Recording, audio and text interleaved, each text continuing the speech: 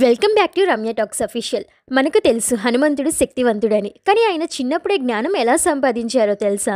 హనుమంతుడు చిన్నప్పుడు చాలా చెలయకీగా జిజ్ఞాసతో ఉండేవాడు.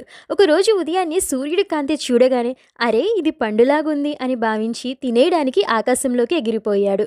సూర్యుడు నవ్వేసిన ఆ వేగం చూసి ఇంద్రుడు భయపడి వజ్రాయుధం విసిరేశాడు. అది హనుమంతుడికి తాకి ఆయన భూమికి పడిపోయాడు. ఈ దృశ్యం చూసి వాయు భగవాన్ కోపంతో లోకానికి గాలి ఆపేశారు. దేవలోకంలో సమావేశం జరిగింది.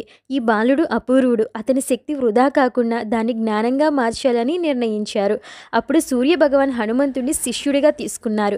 ప్రతిరోజు ఉదయం నుంచి సాయంత్రం వరకు నన్ను అనుసరిస్తూ నన్ను గురువుగా భావించి విద్యలు నేర్చుకో అని చెప్పారు. హనుమంతుడు ఒక్కరోజు కూడా మిస్ కాకుండా సూర్య భగవాన్ నుంచి బోధనలు నేర్చుకునేవాడు. అందుకే హనుమంతుడు కేవలం శక్తివంతుడే కాకుండా జ్ఞానవంతుడుగా కూడా ప్రసిద్ధి పొందాడు. శక్తితో పాటు జ్ఞానం కూడా ఉంటే జీవితం నిజమైన అర్థాన్ని అందిస్తుంది. వీడియో నచ్చితే లైక్ చేయండి, సబ్స్క్రైబ్ చేయండి.